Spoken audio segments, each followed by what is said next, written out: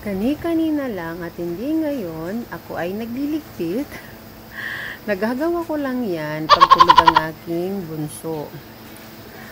So, yung bunso ko ay binabantayan din siya ng aking pangalawang anak. So, habang ako may ginagawa dito, binabantayan naman ng pangalawa kong anak, yung kapatid niya. So, iyan, nagliligpit tayo. Yung pakunti-kunti, yung mga kalat nila.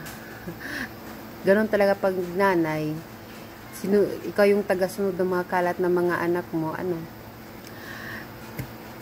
ako lang ba yung ganito o kayo din mga me?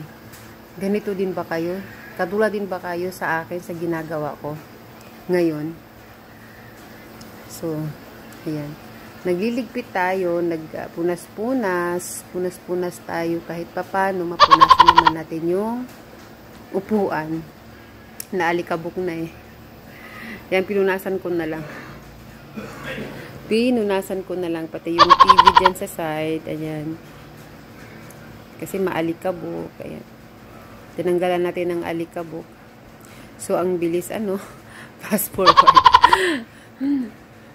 Ang bilis kong maglinis. Sana ganyan talaga sa totoong buhay, mabilis kang maglinis. So, sa gilid naman. So, ayun.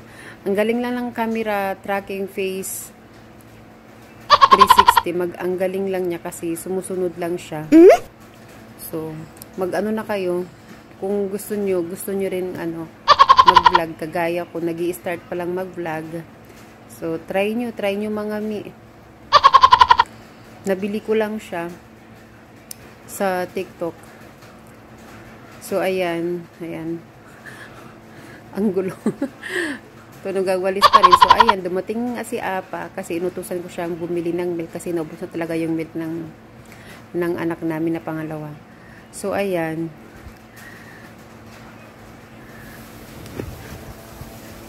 Buti dumating na.